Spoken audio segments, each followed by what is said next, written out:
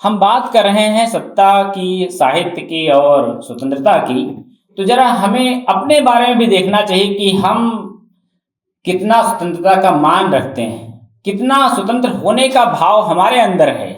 और जब मैं स्वतंत्रता की बात कहता हूं तो स्वतंत्र होने का मतलब है कि हमें जिम्मेदारियों का एहसास, हमें दूसरे की स्वतंत्रता का हनन करके हम स्वतंत्रता की बात करने के हकदार नहीं हैं। और कृष्णा सूक्ति को पढ़ते हुए हमें एक बात और ध्यान रखनी है कि मैं यहाँ उनका गुणगान नहीं करूंगा, उनकी रचनाओं का उल्लेख करूंगा, लेकिन उनके समानांतर जो और लोग हैं, मंटो साहब भी गए थे, हबीब जालिब ने वहां से लिखा, वो क्या देखते हैं।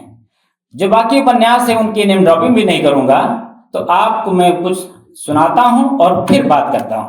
1948 में एक डायरी आती है, उस डायरी को लिखा है फिक्र तौसवी ने। 3 महीने की डायरी है जिसका सवा दीवान ने इंग्लिश में अनुवाद किया था, और अभी हमारे एक दोस्त हैं जाहिद खान, वो उर्दू से हिंदी में अनुवाद उन्होंने किया। एक अंश सुनिएगा। आओ फनकारों, अदीबों आओ, हमें एक नया काफिला बनाकर आगे बढ़ें। उधर से हिंदुस्तान के अदीब तिरंगा लिए हुए आगे बढ़ें। हम दोनों का मिलाप ढाके की सरहद पर हो और हम एक दूसरे के झंडे को तब्दील कर लें।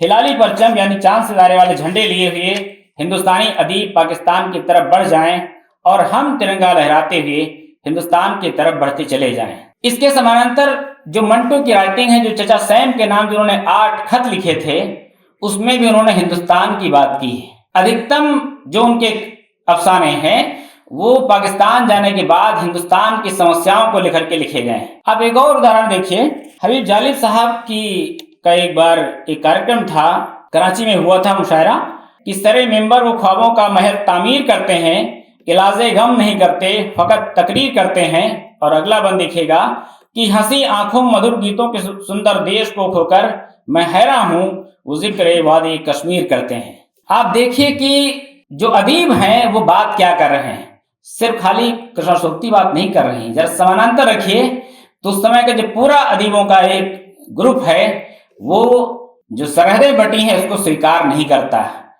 और कृष्णा सूक्ति बार बार कहते हैं कि सरहदें बनाई जा सकती हैं, मुल्क बटा नहीं करते हैं। और मुल्क बटने का जो विरोध है वो दोनों तरफ के अदीबों ने किया। एक जानकारी और, 1857 की बात करते हैं। 1857 में लखनऊ में बेगम हजरत महल थी, और वो जब गई हैं मिलने के लिए तो सबसे पहले किससे मिली हैं? हिंदू राजाओं से मिली। एक 16 साल का लड़का है जो जिसकी भी शादी हुई है लखनऊ से महज 15 किलोमीटर दूर। उसने कहा था कि बेगम साहिबा, हमसे क्या खता हुई कि आप हमारे यहाँ चली आई रात में, किसी को भेज दिया हो, अगर कभी हमें गुस्ताखी की होती तब आपको आना चाहिए था। आप सोचिए कि विश्वास है। मौलवी अहमदुल्ला शाह का सिर्फ ये योगदान नहीं कि उन्होंने नेतृत्व किया, बंगाल से लेकर के जो पूरा रूट था दिल्ली आने तक का मौलवी अहमदुल्ला शाह ने बनाया था। उनका देखा हुआ तो जो गांव गांव की उन्होंने यात्रा की थी। इसके साथ एक और उन्होंने काम किया था, उन्होंने उस समय रोटियां बनाई थी जो गांव गांव चल करके बांटते थे और ये मैसेज पहुंचाते थे। इसका मतलब है कि साजी संस्कृति की जो बुनियाद है बहुत गहरी है। कृष्णा सूक्ति जब हम पढ़ते हैं तो इस साजी संस्कृति के विभिन्न रूप उनके साहित्य में बिखरे पड़े हैं, और वो बिखराव अगर हम समेट लें उन सारी चीजों को तो हमें आजादी का मायने, साहित्य का मायने और स्वतंत्रता का जो मायने है वो सही समझ में आएगा। एक और बात की तरफ मैं आपको लेकर चलता हूं कि उनकी बहुत सारी जो कहानियां हैं, जो उपन्यास हैं, इनका बहुत जिक्र है, लेकिन आपको मार्फत दिल्ली में एक कविता उन्होंने कोट की है, वो है बंटवारा, बाट बंटवारा, जिसमें उन्होंने मुल्क के बंटवारे से क्या क्या कुछ घटता है उसकी बात करते हैं। एक किसान का जब खेत बढ़ता है तो जो घर का मालिक है, जो मुखिया है, उसे कितना दर्द होता है, लेकिन जब मुल्क बढ़ता है तो उससे भाव कई हजार गुना बढ़ता है। वारिस साहब बांटे नहीं जा सकते, बाबा फरीद बांटे नहीं जा सकते, गुरु नानक बांटे नहीं जा सकते, और कबीर भी बांटे नहीं जा सकते। बाबा फरीद आज भी गाए जाते हैं, हिंदुस्तान में भी और पाकिस्तान में भी। बुल्ले शाह यहाँ भी हैं वहां भी हैं। तो हमने बांटा किसको? हमने मुल्क बांटा, मुल्क नहीं बटा, सरहदें हमने बनाई। जो कुछ लोग हैं जिनके बारे में हम कहते हैं कि उन्होंने बंटवारे का बहुत दर्दनाक वर्णन किया है, उसमें कुछ छिपा हुआ है। वो छिपा ये है कि इसके साथ कुछ और भी लोग थे जिन्होंने बंटवारे का हमेशा विरोध किया। और फिर मैं आपको मंटो साहब का एक किस्सा सुनाता हूँ। किस्सा यह है कि मंटो साहब और साहिल लुधियानवी साहब दो लोग थे, और फिक्र तौसी जिनका नाम भाटिया साहब था, वो तौसा लाहौर में थे, तौसा के रहने वाले थे। दो लोग आते हैं उनको मारने के लिए कि ये हिंदू है, तो कहते कि नहीं ये मुस्लिम, आप नाम देखिए फिक्र तौसवी। तो कहते कि मैं जानता हूँ, तो कहा कलमा पढ़ के सुनाओ। वो सुनाते हैं, तो कह रहे ये बताओ कि नमाज पढ़नी आती? तो कहा पहले तुम बताओ तुमको आती?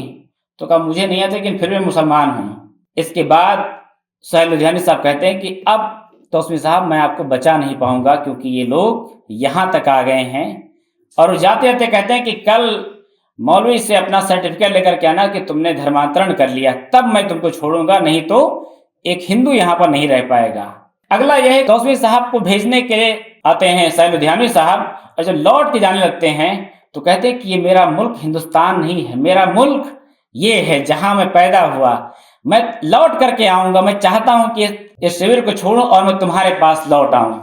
आप सोच के देखिए कि क्या फिक्र तौसवी साहब ने स्वीकार किया? उस समय के जितने भी अदीब हैं उन्होंने मुल्क के बंटवारे को स्वीकार नहीं किया, और बार बार साहित्य में इसकी अभिव्यक्ति की, बार बार इसका विरोध किया कि मुल्क नहीं बंटते हैं। आप कृष्णा सोबती के साहित्य को देखो, बार बार वो साझी संस्कृति की बुनियाद पर बात करती, और जब भी साझी संस्कृति पर चोट आता है हमें एक क्रम से देखना चाहिए। आपातकाल, 92, गोधरा, इसके बाद आज का समय, इन सभी मौकों पर कृष्णा सोबती की आवाज सबसे अलग है, सबसे आगे है। हम उनको इस रूप में खारिज करते हैं कि वो अभिजनवादी हैं इस तरह से, लेकिन हमें इस क्रम में जो उनकी उपस्थिति, जो उनके पत्र हैं, अगर हम पढ़ लें जो महामहिम के नाम लिखे हैं, तो हमें पता चले कितनी जिम्मेदारी के साथ लेखक होने का जो एक गर्व है हम सबके अंदर भरता है कि लेखक का दायित्व ये होता है कृष्णा सोबती को पढ़ना, अपने समय को पढ़ना है कि जो कुछ चल रहा है उसमें लेखक की भूमिका क्या होती। ऐसे ही नहीं है कि उनके लिए शब्दों के मायने होते, शब्द उनके लिए बहुत बड़ी बात है। वो कहते हैं कि रचनाकार और रचना के बीच द्वंद्व होता है। कई बार रचनाकार पीछे हटता, पछाड़ खाता है, और कई बार रचना आगे निकल जाती।